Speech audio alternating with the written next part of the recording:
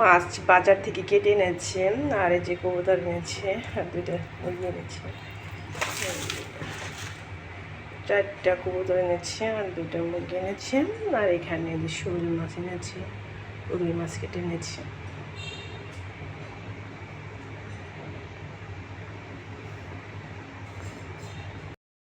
বেগুন ভর্তা কিন্তু খেতে অনেক মজা। এটা কিন্তু ঝুপড়ি বেগুন বলে না, ওই বেগুনটা।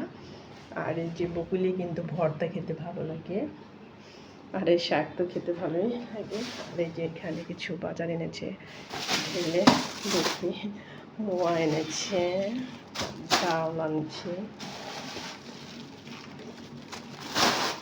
পোলার চাউল এনেছে, আর গোড়া সাবান এনেছে। এই আর কি আজকে অল্প কিছু বাজার এনেছে। কেটে রাখলাম, আর মাছ কেটে রাখলাম, তো রান্না করব।